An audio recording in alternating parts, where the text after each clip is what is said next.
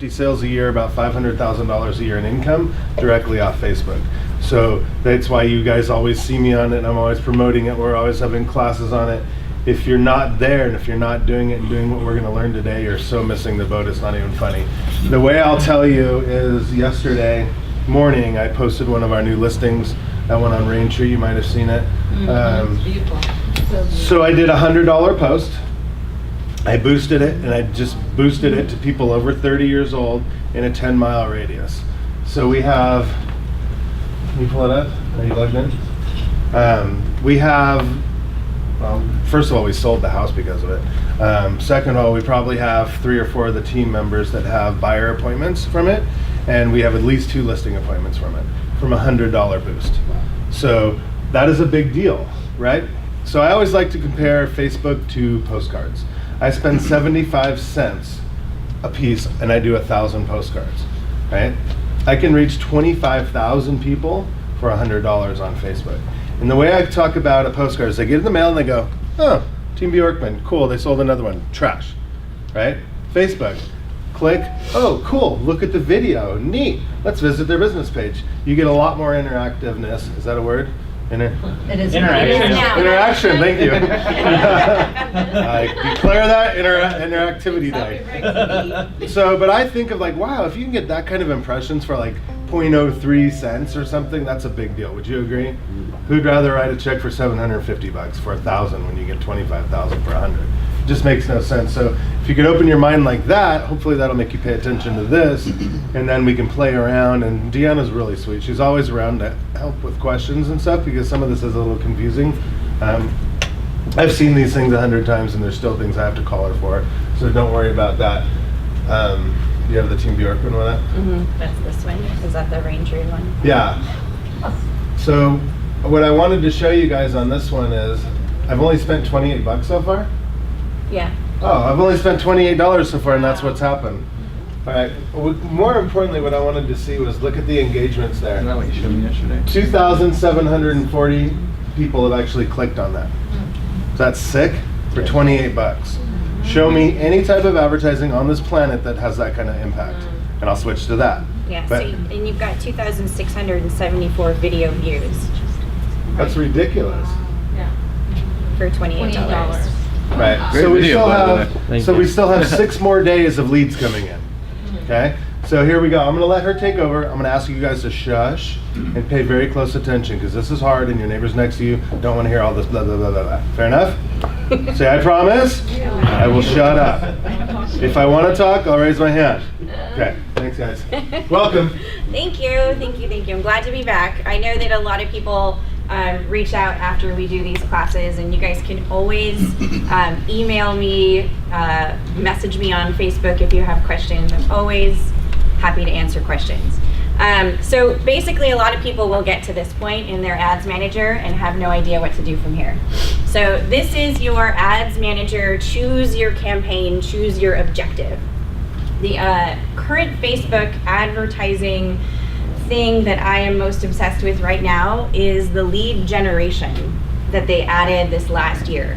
So you've got all these different ones, and we'll just go through them really quickly. And a lot of times people, when I sit down with them to do the one-on-one consultations or question and answer, will say, I don't know which one I should do first.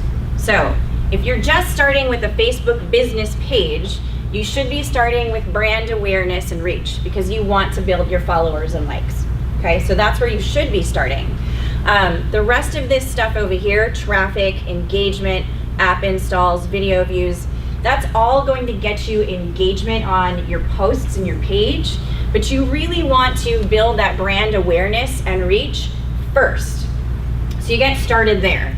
But one of the things that you can start with right away is this lead generation one. And it's really, really cool. I've had a lot of really good success with it with all of the agents and entrepreneurs and businesses whose Facebook pages I manage, with getting leads directly from Facebook. So this is great for if you have not yet signed up for a CRM, if you're just getting started with your email marketing, if you are really just like ground up I have nobody to email or talk to or connect with, so what should I do? This is the best place to start if you're looking to do Facebook advertising. We'll go through step by step everything that you need to do, including what you should and should not be using on this one, because there are some steps to this where it's got a page that you can turn off and it makes it a lot more effective. So lead generation, whenever you're building a campaign, it always ends up giving you what the automatic name is. It'll call it lead generation. You want to always rename these. Don't leave it to say lead generation, because then if you have 5 or 6 different lead generation ads and they all say lead generation, you might not know which audience you're talking about. Maybe you're looking to target Valencia and Stevenson Ranch, and you've got 2 different ads running for lead generation for those farms, and you're constantly having to click back and forth, so you're not sure which one you're looking at. So I always delete this and rename it.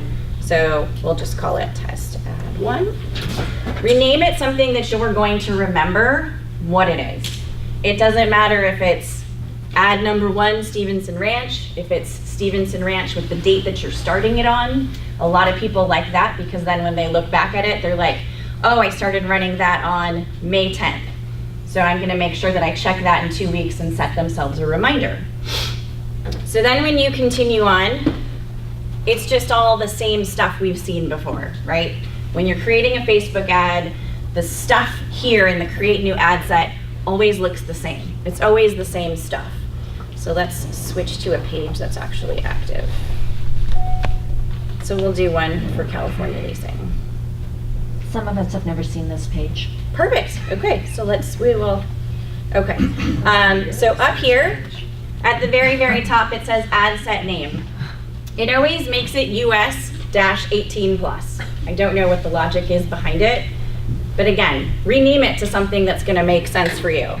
So we'll call it test ad set 1. You're gonna pick your page. So if you've already developed a business page, it should show up here in this drop down. If you've only got one, you're only gonna have one option. This does not send leads to your personal profile. So that's the place where you have all of your friends. This is just strictly for business pages. And you can always create your audience before you jump on here. I like to recommend when I'm starting to work with clients who I'm managing advertising for, we sit down and we talk about the audience. Who is your farm? Who are you looking to target with your ads? What's your location? Do you have a specific zip code? Do you have several zip codes? Is there an address of a recent property that you've sold that you want to target all of those homes around them and all of the people in that neighborhood? So you want to sit down and think about your locations first before you even sit down here, because I've had people long time ago, most people are pretty savvy now, who have just said United States and then advertised to everybody, and then you're not selling homes in Georgia. So, or maybe you have a connection, but getting a bunch of leads from places that you really don't have any referral business for. So you want to make sure you're setting this specifically. So for example, if you're looking to attract sellers, you don't want everyone in this location. You want people who live in this location. And let's just use 91355 as an example. So it's gonna pop up 91355, Valencia, Santa Clarita, zip postal code. So then what it does is it outlines that entire area where that zip code applies. And you can do this with anywhere that you have a zip code for. So if you're looking at a specific address that you recently sold, you can plug that in here as well. And then you can say, let's say we decided to do a city. So we could type in Valencia, California. Okay, nope. Oh, okay, we'll do Santa Clarita. I had a business recently, it was really cute, who got in touch with me. They had claimed their address as Valencia, Spain. How do we change it? So what you want to do here is be aware of how this does zones for when you're picking cities. So what you've got here is it auto-populates to plus 25 miles. You're not stuck with that. So plus 25 miles, that's a big area. So if you're looking to target sellers just in Santa Clarita, you want to make sure that you're reducing that to a radius that makes sense for you. Does that make sense? Okay, good. Head nods, yes. All right. So what you can do then, once you've developed your audience for your location, you want to take a look at ages. Now, obviously, people who are looking to sell homes, there might be a handful that are 18, I don't know, but probably not the bulk of the market, especially in the suburban communities where we're looking to attract sellers. So you're going to want to adjust this. I tend to adjust it between, like 27 to 32, depending on the neighborhood. So if it's a well-established neighborhood, it's been around for a while, you're probably going to want to go a little bit higher. If you've done any door knocking in that community, you're probably aware of who lives where and what the age ranges are. You could probably gauge a little bit, unless they're like super child looking. But you're going to want to adjust this to an age range that makes sense. So you want to avoid doing the 32 to 65 or the 18 to 65. You want to target it down to people who might be looking to downsize. Maybe they're starting to be empty nesters. So you want to look at that age range of who would be having children, who would be moving to college, people who are looking to retire and downsize into a townhome or a condo. So you're going to want to take a look at logical age ranges. And that's why I say write this all down before you jump on Facebook, because people will tend to rush through it and then we guesstimate. And when you're guesstimating, you're not necessarily targeting the right audience for your market. So let's bring this down just a little bit.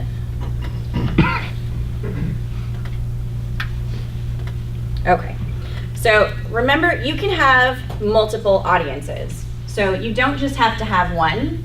Let's say you have one for sellers in a certain area with a certain age range, okay? And then you have one that's almost exactly the same, but it's a different age range. So you can have multiple audiences in Facebook. I have like 60 audiences for everybody that I manage. So you can have as many as you want.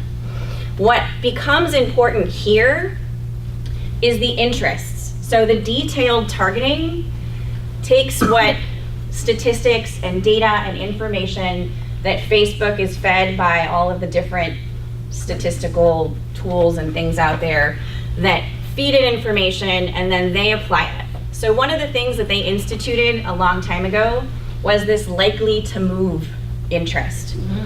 This is super important for everyone in the room. Once they instituted this, they started to add a bunch of different ones here.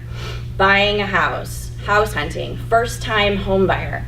So these can be used for different audiences. So if you're going to your buyer and your seller audience, you can have multiple different ones.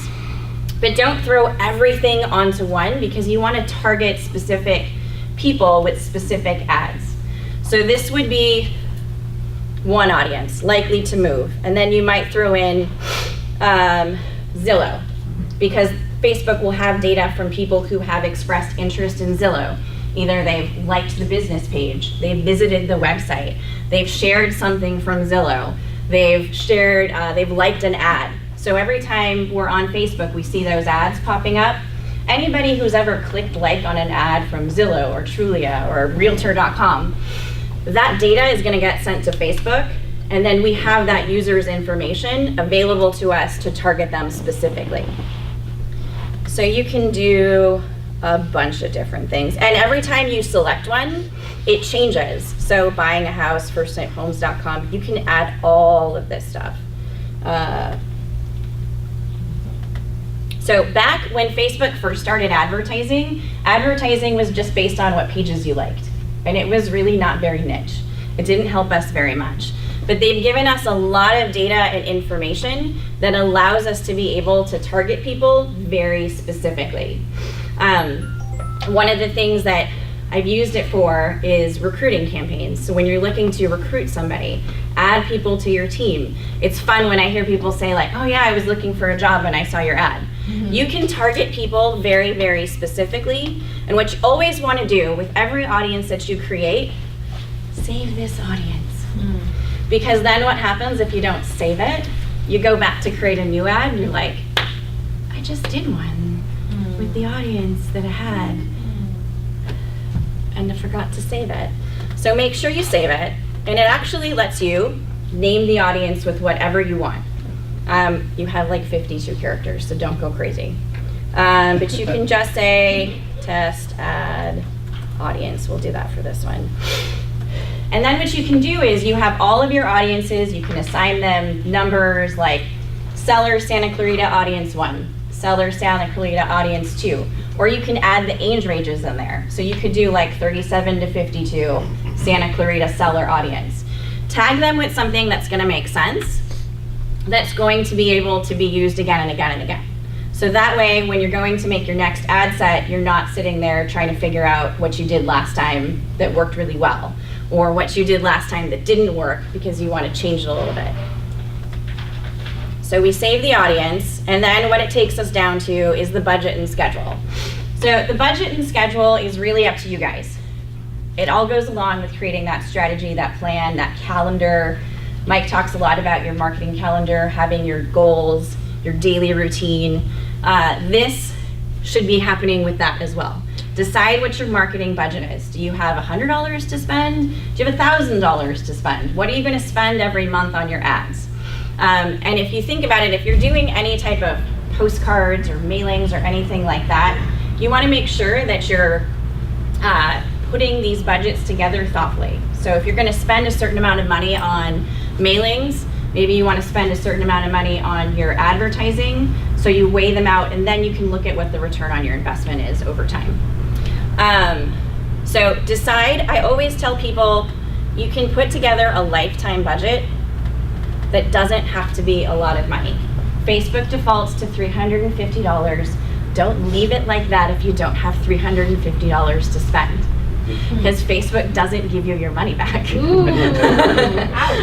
I have had success 3 times with getting people refunds, but that's 3 out of like 15 times. So be very, very careful about what you click and agree to, because up here they have you look at the terms, and now they make you agree to it, where before it was like you just created an ad. So now they make you actually accept the terms and conditions of creating your ad. So decide what your budget is. What I like to do is I like to test them. So I'll do like 2 weeks and then see how it performs. And then I might create multiple ads in the same audience and budget, but with different pictures, maybe a different video, and then go that direction. So because in case I accidentally say yes, I don't want to make it. There we go. So what's important to remember when you're changing your budget is it also changes your estimated daily reach. The more money you spend on Facebook, the more people you're going to reach. So decide if you want to put more money into Facebook and less money into other advertising. But this is where you'll see my daily reach on this for 2 weeks is about 97 to 420 people. That's still pretty good. So, but again, the more money you put in, the more people you're going to reach. So leads, this is what's recommended. You can change it to link clicks, but that's not what we want for today. I always leave the rest of this stuff just the way it is. So as we continue on to the lead, what's really cool is that they've updated it so that you can actually do multiple different kinds of things with this. So initially when they launched the lead form ad, you could only do a single image. Now you can do a carousel. So what a carousel is multiple pictures. So whenever you see an ad scrolling through that's got multiple pictures of like a home, or Nike does really cool ones with their shoes. Coca-Cola just did one where it was like the Coke bottle. It was really neat. So you can always stick with the single image, start with what you're comfortable with, and then you can always play around. You can do a single video now, which is great, and a slideshow. What I prefer is the single image or the slideshow. And here's why. The more work you give somebody to do on your ad, the more likely they are to get distracted by the action and less likely they are to take action. So we want to make sure that they're taking action versus sitting there going like, this is a really cool video. Okay, I have a bunch of other things to do. Because we want their information, we want the data, we want the email, we want the name, we want the phone number. That's gold. That's the lead right there. So I recommend this one, or if you're gonna do slideshow, what it does is if you upload up to 10 images, it creates like a mini video that auto plays. So because it auto plays, there's really no action to be taken by the user. So it's just an autoplay. And I like it, I like the way it looks. If you have really good high resolution photos, it looks really cool. And you can edit it, you can add little things in there like fade to blacks and stuff like that, so I like it. Images. One of the things I definitely recommend, if you're looking to engage leads and you don't necessarily have any marketing stuff started, this means you don't have headshots, you're not sure you have some property shots, maybe they were taken with an iPhone and you're not sure how good they look, you can always go to Facebook now has free stock images that are available. So what's cool about this is you're already paying for the ad, so you don't have to pay for the image. So you can look and see and search different types of, you can actually pop in like, it helps if you spell it correctly though. So it will auto-populate, these are all from Shutterstock, so they're all very high quality, high resolution images. Some of them do look a little staged, so you do have to dig through them to make sure that they're not like this one is like super staged, you know. But these nice general ones here, let's see, there we go. So like that's nice and clean, right? You just want to make sure that the house in the background represents your area. So like somebody was posting like high-rise buildings and they're in a suburb. Yeah. You don't want to do that because you're not selling you're just selling suburban homes, not high-rise condos. So just make sure that you pick something, like if we were doing something, that's a nice, just general one. You can pick, I believe it's up to, let's see, you can pick up to 6 images. And why that's cool is you pick up to 6 images and that's basically creating 6 different ads for you. So it shows up 6 different ways when it's delivering to your specific audience. So if you don't have 6 images to upload, I recommend taking a look at the stock photos. And it doesn't take too much time to go through them and see like what looks cool and what doesn't. There's some really good ones that are really engaging. So take a look at those. If you don't have your own photography, if you're not, I know a lot of people send me Canva questions and Adobe questions and Photoshop questions. If you're not sure what size to make the pictures, this is great because it sizes it exactly how it's supposed to be. So instead of, you know, fiddling with Canva and I've got too much text so my ad got rejected, try these because they're nice and clean. Okay, so now to the part where everybody gets excited. So you want to make sure that you've got your text written out in advance. So I like to sit down and write out my ads, whether it's just writing them on a notebook or putting them into Evernote or Trello or whatever tool you're using to keep track of all your marketing. I like to make sure I have everything already written out so I don't sit here and think, what's my headline? Not really sure. So it can be pretty much anything that you want as long as it fits. And then it'll auto show you. And you can tweak it as you're sitting here and do as much as you want. So that's your headline. So that's gonna show up right there at the bottom. Then you wanna make sure that your news link feed, that you change the text below it because it auto puts in create a Facebook account. And you don't want that to show up with your ad because it makes you look less professional. Like you skipped a step and people will know. So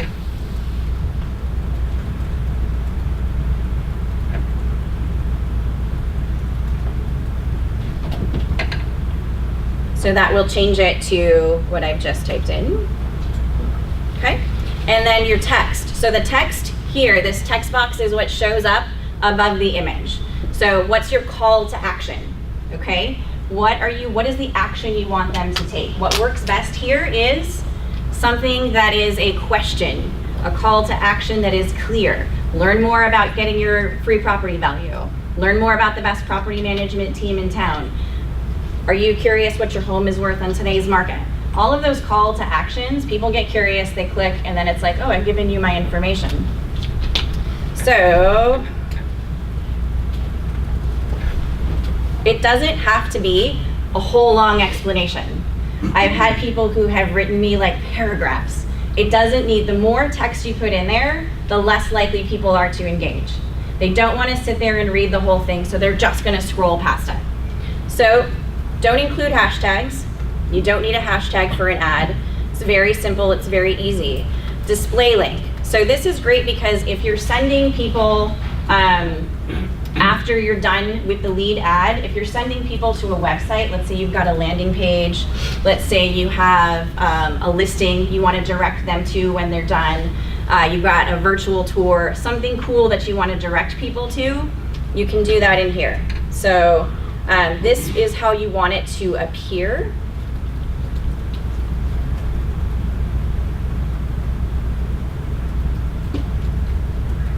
Okay. So that's how you want it to appear. At the end, it will ask you for the actual physical link where you want to send them to. So as we go down, we've got our lead form. So you can actually create multiple lead forms, you can create different lead forms for everything. Different pictures, the way it shows up, different information that you're collecting from them. So you can do multiple forms, and we'll start a new one. I've already got that one that I started.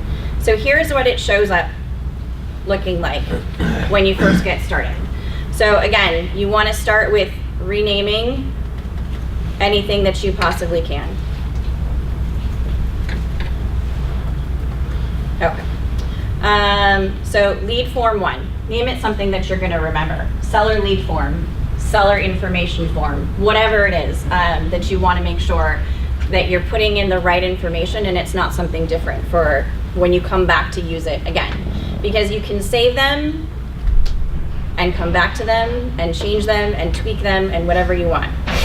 So why I like to use the stock ads is because it looks really cool and clean.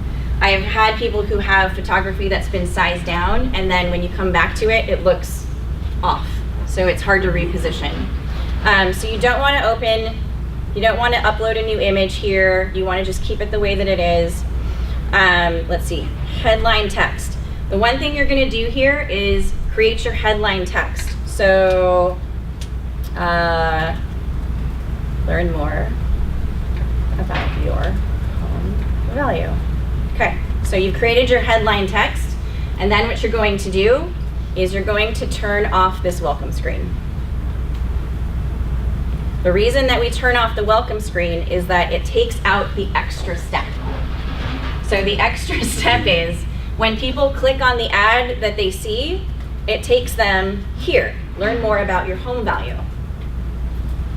So a lot of times, what I've noticed is if I leave this welcome screen in, I lose engagement at that point. And I don't want to lose engagement at that point.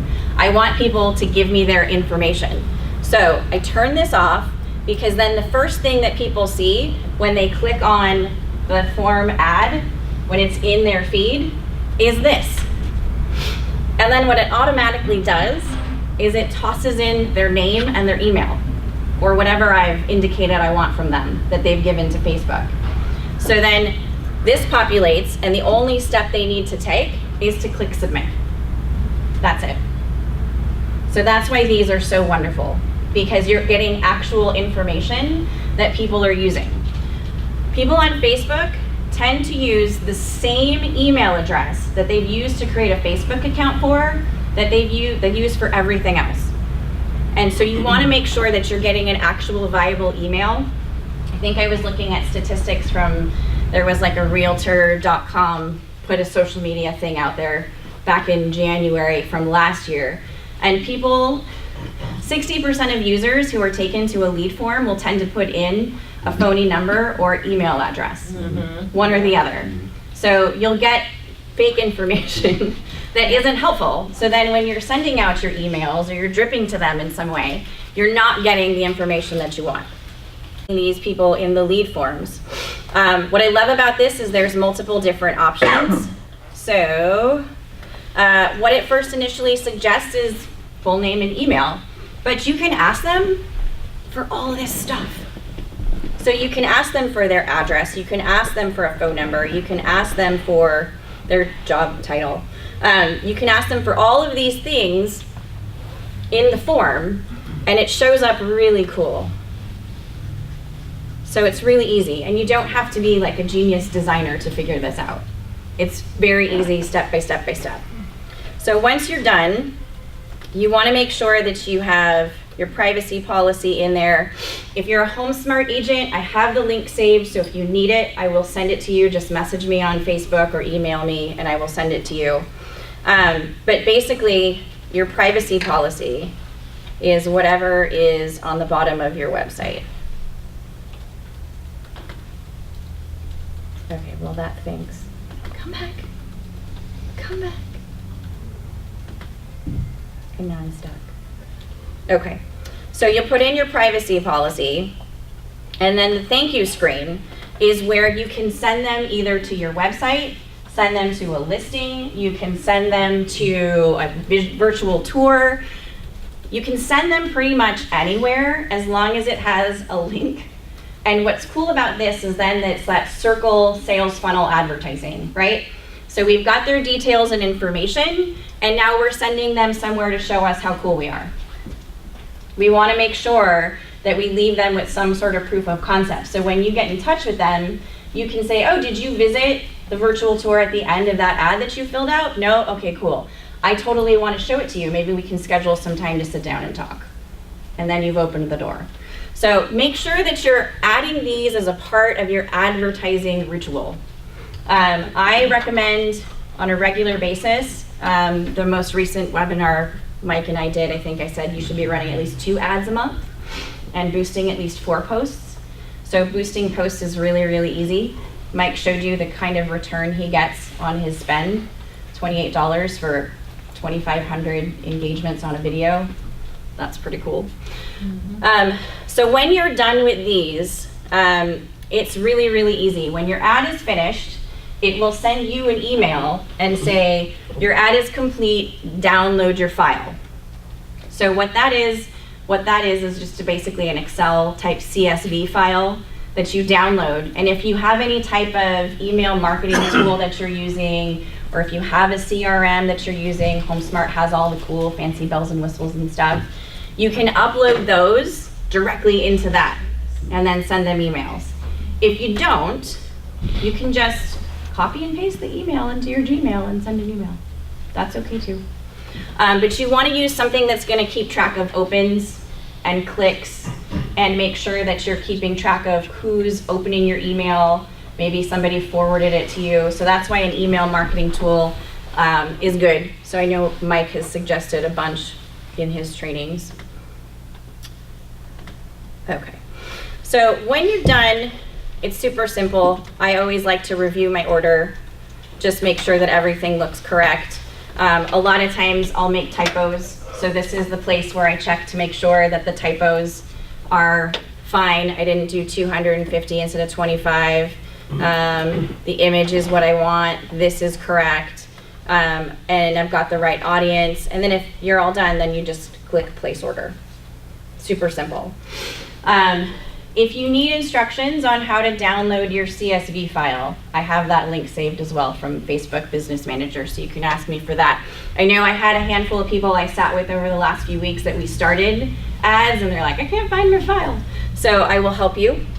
That's no problem. I can send it to you, and it's actually really easy once you get into it. Questions so far about lead ads? It's like the quietest audience ever. So basically, you change it from $3 $3.50 to $25, that's just as many eyes that are going to see your ad as much as it's boosted. So the more Yeah. money you put into it, the more people that are going to see it, basically. Exactly. All right. Yeah. On average, I generally recommend people start with an ad budget for overall of like, you know, you want to start with like $300 ish to get you going. If you don't have that much, that's okay. Don't get intimidated by it. If you haven't decided what your advertising budget is, that's okay. But you can always start small and test your audiences and then add and add and add. I have people, we have started with $100 and now they're spending $2,000 on advertising because the return on the investment is so good because you're actually getting viable leads that you can contact and call. So these are my very, very favorite Facebook ad right now to run.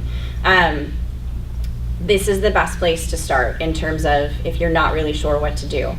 The other thing we have questions about a lot is the dark ads. So dark ads, in a nutshell, are basically page posts that do not appear on your Facebook business page. So you can take any page post and turn it into a dark ad if you want to. But I like page post, the dark ads, because you can fill in all of this post text. So like for example, if you look at any of these ads that you've seen probably in your Facebook feed that they have like this much text in it and you're like, how did they do that? It's a dark ad. So what they've done is they've gone through, and I'll do this in Evernote or Trello or on a Word document or something else. And they've written out all of the text and then they copy and paste it into here so that it's long and it's all the details. I will do this for like if you have a home you're looking to sell, this is great because you toss in your description, and then I like to do a checklist of like pool, view, you know, all the things like looking for a view, check. You know, need a pool? Check. You know, all those cool things, all the details and amenities that make it an amazing property. And then you put all that information in there with a video. You could do it with a video.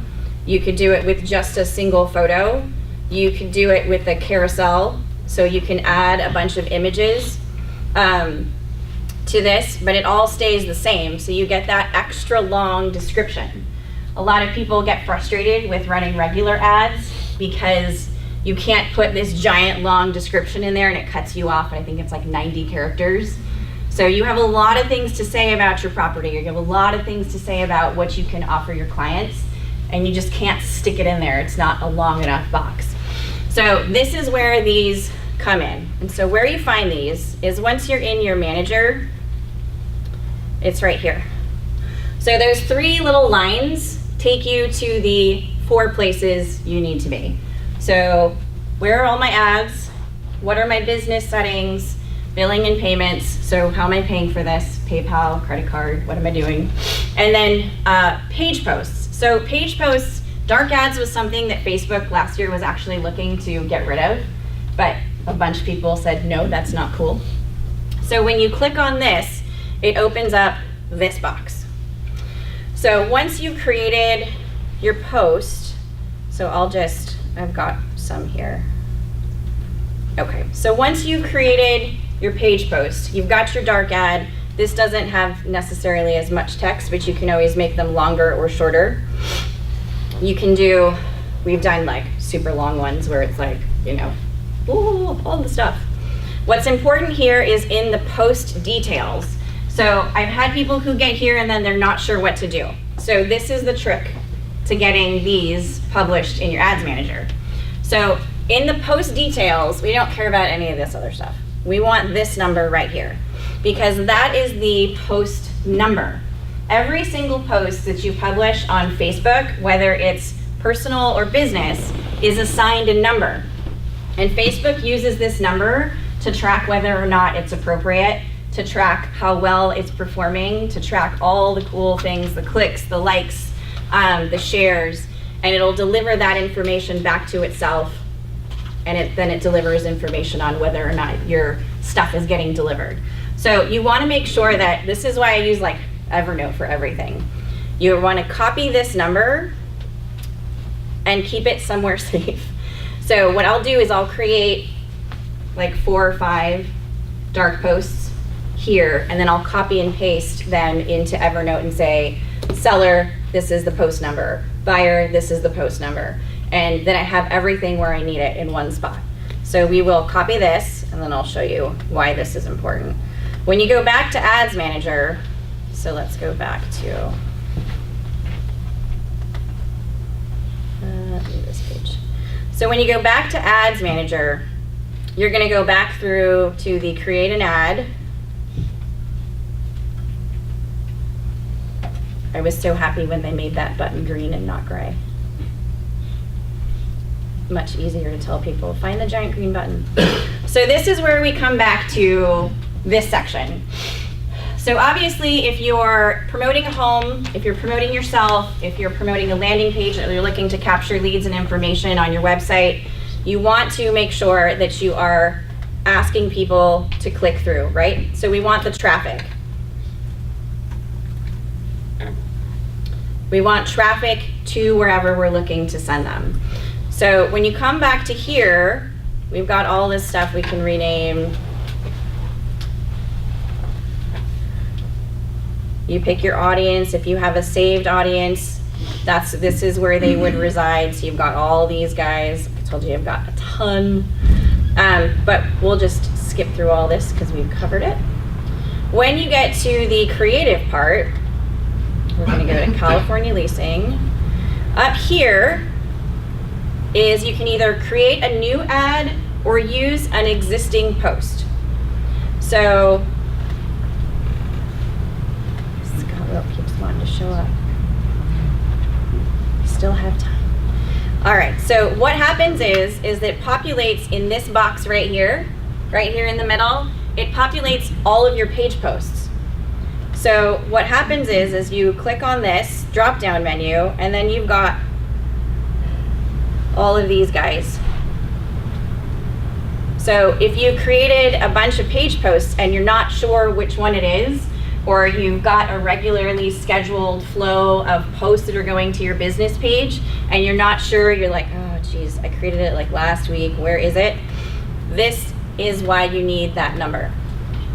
So you take that page post ID number and you copy it and paste it here, and then you click submit, and it finds the post for you so you don't have to. And there you go. So what I like to do before I do anything from this point is, especially for the page posts, for the dark posts, you want to look at how it's going to appear in all of the different places. So this is going to show you, and what you want to make sure is that why this is important is you want to take a look at what the titles are. What's going to show when it's on the desktop right column? What's going to show when it's on Instagram? Because if you have your Instagram connected, which you all should if you're using them at all for business, this is going to deliver your ad to Instagram with the text that you put into the page post. So it's all that text and information. So you want to make sure that there's no typos. You want to make sure that the grammar is correct. You want to make sure your calls to action are very, very clear. And what's important with the call to action is you want to make sure that it's as close to the front of the text as possible. So what's your home value today? And then the reasons why. Are you looking for a Valencia pool home? And then all the information why. So you want to take a look and make sure that it looks right everywhere that it's going to deliver. So a lot of these places, you're probably not sure, like, where did this come from? So like the audience network native. So what that does is it delivers it to people in your audience that you've designated and additional people beyond that. So once you've started to advertise on Facebook, Facebook gets really comfortable with you, and they start to look at the audiences that you're creating, and they'll start to deliver your ads to people that they think might also like it. So the more money you're spending, the more benefits you're getting. The more reach you're getting on your business page, the more people are seeing your advertising. It's pay to play, as I've been saying for the last few years. But you want to make sure that, like instant articles, this is something that you might see show up. For example, I see Michael Hellickson's stuff all the time. If I'm on like Huffington Post, or if I'm on any of those blogs, I see his little thing and it's like, you know, I get a lot of ads for like real estate video creators and things like that. So this is something you might see if you're on a separate blog that's not even on Facebook. So that's instant articles. People who then visit your website or visit any of your social media will then be delivered this when they're visiting other blog pages that Facebook has partnerships with. Super cool. Why wouldn't you take advantage of that? And then of course the desktop news feed, and then this is feature phone. So that's when you're scrolling through and you see all the, they're looking to make this premiere because none of us really like how that looks. And then this is the mobile news feed. So again, when you're putting together your advertising strategy, you want to make sure that you're thinking about the goals, right? So who's your audience? How much money are you going to spend, or how much money do you want to spend? And then what are you looking to accomplish in terms of your goals? It's very, very easy to get yourself set up with tracking your conversions. So one of the other things I wanted to show you guys is, the big question is, where is my pixel and how do I use it?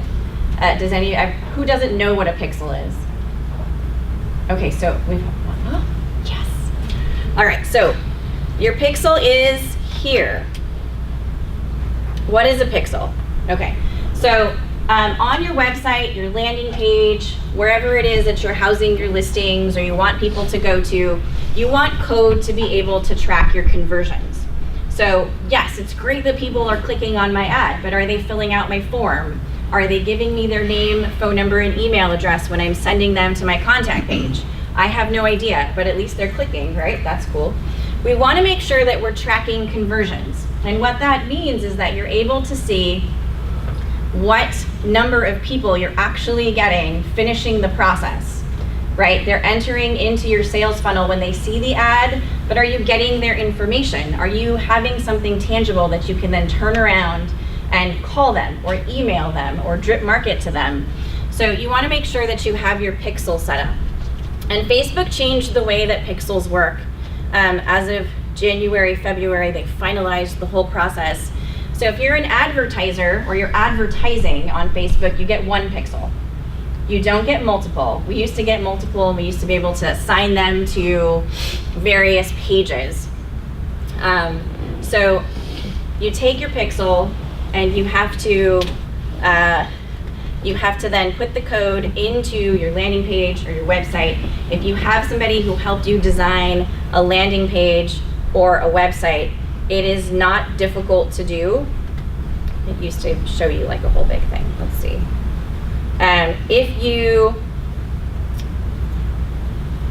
If you're not sure how to do the pixel installation, Facebook has all of these different help. Yeah, here we go. So they've now created a Facebook pixel implementation guide, which can still be a little bit tough to go through and read. But basically all you do is you get that pixel, and let's say you have a landing page. We use Instapage, and if you go into Instapage, it actually just says like, copy and paste your Facebook pixel here. So it's like really easy to do. If you have somebody who helped you develop a website, just send it to them and have them put it in there. If you're working with your smart site, HomeSmart can help you figure out how to put it in there. So I have, they have multiple boxes on the smart site backend, but if you really need help with it, figuring it out, I would just give them a call because they can help you out. But it's basically just copy and paste your code and then drop it in there. Let's see, install. Let's see, URLs. I want to show you guys what it looks like. I copy and paste them from every other account that I use. Yep. What? Nope. I just want my pixel. Ah, there we go. So to view your pixel code, there's a couple of different versions. So the base code is what I recommend for everybody. The install event code is if you have something that you're having people download, so it's great for like an app or something like that. But this base code, see, it's kind of like gobbledygook to the rest of us in the normal world. But that's what that is. And it's actually pretty easy to, if you want to just send it to someone, what I recommend people do is email it to yourself and then save it in your favorites in your email box, or put it someplace, like if you have Gmail, you can star it and then it's always at the top of your Gmail inbox when you're there. Send it to your developer if they've developed a website. If you're sending it along to somebody else, so like if you're dealing with a smart site or a GoDaddy website, you've got somebody managing them or anything else, email it to yourself and then you can forward it on to whoever would be the support person to help you with that. But so it's super simple, just add in your email. Sometimes they might ask you for the Pixel ID, but it's all in the email. So you can just say, it's all in the email, leave me alone. Let's see, I think that's covering all of the things that we had talked about. Any questions, comments, concerns, curiosities? Everybody's scared? Everybody's scared now? Yeah, because we can't find the ads manager. Yeah. We can always talk. I do for HomeSmart agents, I do a free consultation. So if you have questions, concerns, you're not sure, I schedule consultations for free for HomeSmart agents. So if you guys are like, what just happened? We can always sit together and review it one-on-one, and I can help you get your first ad set up. Yeah, if we can't find even the ads manager on our page, then we're missing something altogether. That means you don't have an ad account set up yet. How do we pray?